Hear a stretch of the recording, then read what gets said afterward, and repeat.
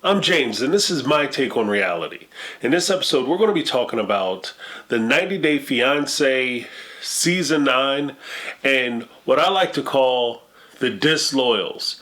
And these folks are hands down some of the most disloyal people you ever want to see. If you ever have somebody that you need to trust, these are not the people that you necessarily want to have on your team. All right? Now, before we get started, if you guys find any value in anything I say, or you find me entertaining, please consider subscribing to the channel. It really helps me out. Also, leave your take down below in the comment section so I can hear what you think about what it is we're talking about. And let's get it. Now, I'm going to describe these people from what I consider the most least disloyal to the people who are like ruthlessly disloyal, absolutely do not trust folks in the lineup. The first person or first group of people I have is actually Bilal. Now, when it comes to Bilal doesn't trust Shaida. And it's clear that he doesn't trust her, and mostly he doesn't trust her because of his relationship with his ex-wife. And when she came out during the tell-all, she revealed a lot about why they broke up, meaning that she was saying that Bilal was kind of belittling her and she kind of moved past him and she grew past him. And just from the indication in the way he acted, the way the sister acted, and the way everybody is kind of treating Bilal in this situation, it's clear that his ex-wife not only left him, but she took this joker to the cleaners. So because of that, Bilal doesn't really trust anybody moving forward. You can still see that there's a lot of pain that's still in Bilal's heart.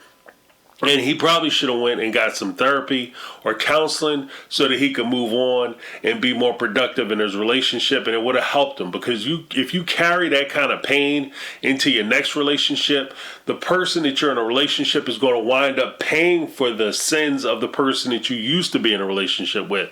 And that's no way to live. The next person who's on my list is actually Cara.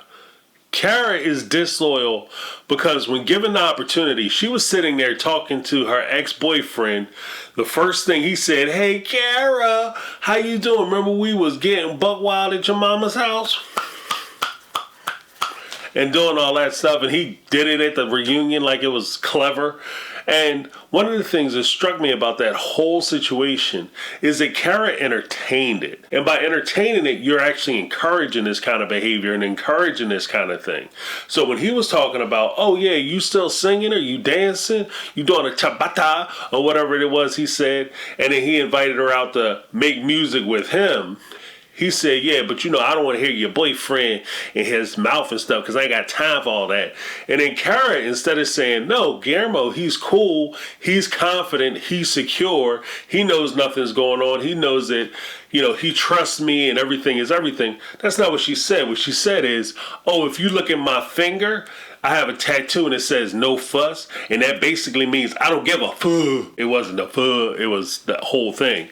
And by doing that, you're revealing that you don't care about your relationship. You don't care about his opinion. And so therefore, there's no loyalty there for your man and for your relationship. Next up, we got Emily.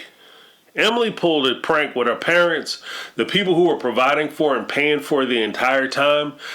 These are the same people who paid for most likely Kobe to come here, paid for Kobe while he was here, paid for Emily while she's here, paid for her child while she's here, taking care of everything and everybody, paying for the wedding, paying for the dress, giving out money left and right. And the only condition they put on Emily was that she don't get pregnant.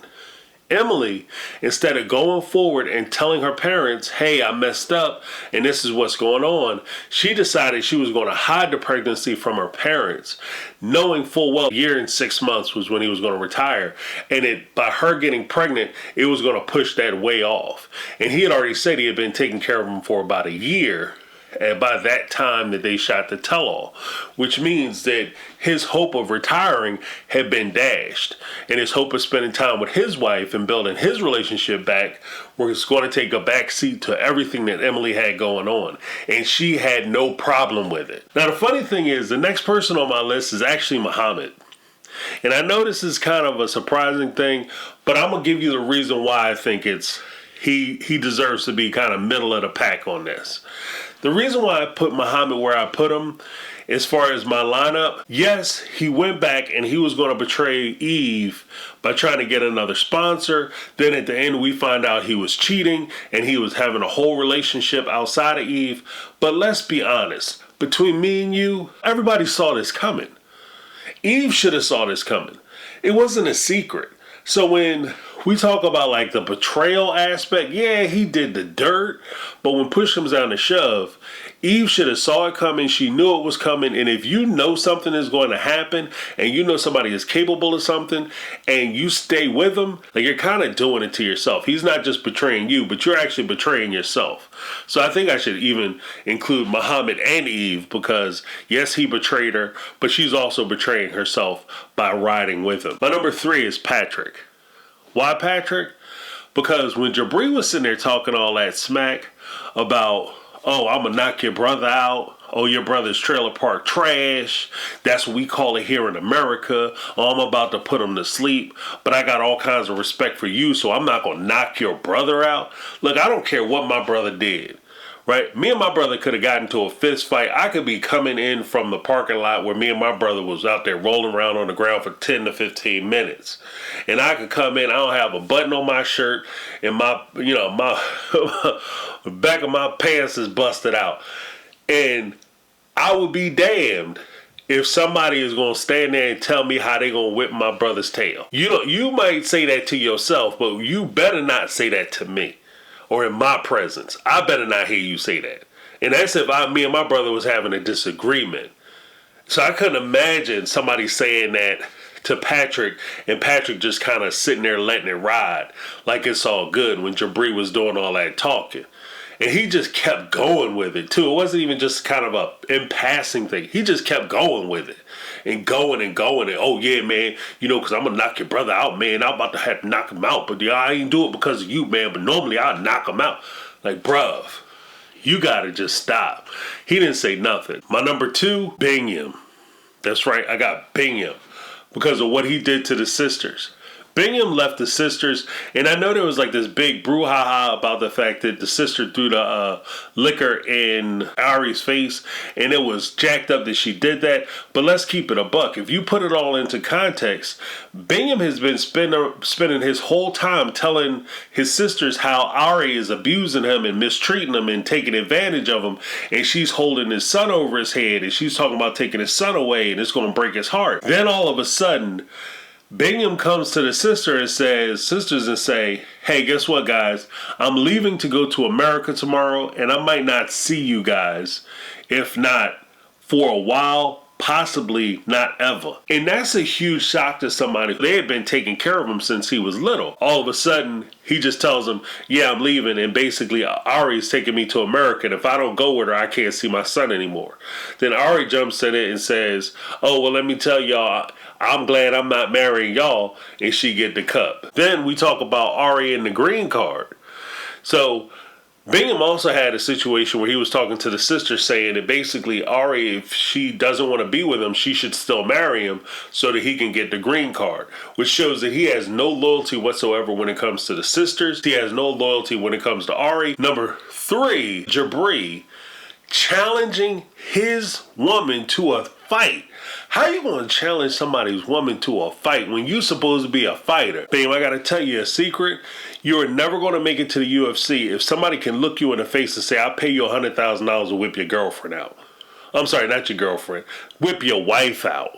I'm going to pay you $100,000 and I'm going to knock your wife out. Some dude said that and he's not choking on his teeth. What are you doing? There's no way. Dana White is not hiring you.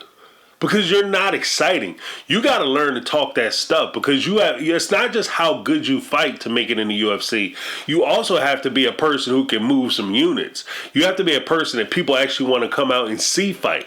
Now, everybody pretends like, oh, it's just a matter of skill. Skill is part of it. Like, you have to be a good fighter, but you also have to be a good talker. It's like being an excellent WWE wrestler and you can't do the trash talk. Some of the best guys that you remember, The Rock or Stone Cold Steve Austin, the Hulk Hogans and the Ric Flairs, those guys were fantastic at the trash talk. Bingham is just quiet. People say stuff to him and he just sits there and looks scared. And a guy sitting there threatening your wife? my man, you gotta nut up and get up, bruh. You gotta make sure that these dudes feel you. And they don't disrespect you like that. That was disrespectful as hell. Now, my number one pick was a guy that I mentioned already previously twice, and that's Jabri. When I talk about Patrick and Bingham, Patrick said that his brother was almost like a father figure to him because his father wasn't around. Bingham, he said that his sisters basically raised him because his parents had passed away. Jabri, he dissed his actual mama. His mom who was providing a place for him to stay. His mom who was kicking up money to make sure that he had everything he needed. He turned his back on that woman. Then not only did he turn his back on his mom, he turned his back on his friend, his best friend. Because his best friend wasn't just jumping on the bandwagon riding with him and his lady. Then he tries to fight his best friend because they show up to work and this guy want to start texting people. Dude, you had all day to text people. You should have texted when you was out front. We here to work. Now all of a sudden you want to start sending text messages? I probably would have said something too. And then you want to try to tackle him, and then you turn around and lose the fight? Bruh. Then you betrayed your band. The thing that you said that you're most dedicated to and that you're most loyal to, and this is what you all about, and this defines you as a person because you're going to rise to the top because you could just come up with some money, and this is how you going to get to LA and be famous. But you betrayed them too. You sat up there and said that, they wasn't serious about the music. You was pushing everybody else. It was all you. And it wasn't Miona. It was the fact that you was the hardest working person in the band and everybody was just kind of sitting back relaxing. And nobody was doing nothing. If nobody was doing nothing, why would you even worry about going to record with them in the first place? If they holding you back, why would you worry about recording with them? Obviously, you don't have a problem with recording with them and working with them because you got into a fight with Miona about going to hang out with them. But then, when it came down to it, you did what you do. You ran off and you betrayed your friends, you betrayed your family, and that's why I said Jabri is my number one with a bullet. The most disloyal dude on this entire season. He's the most treacherous guy, most maniacal guy out of a room full of treacherous, maniacal people. So Jabri is my number one. Let me know what you guys think. Leave your take down below. I'm James. This is my take on reality, and I'm out. 'Cause I've been living life right like I could just die any minute. Going for a ride down the side. PCA.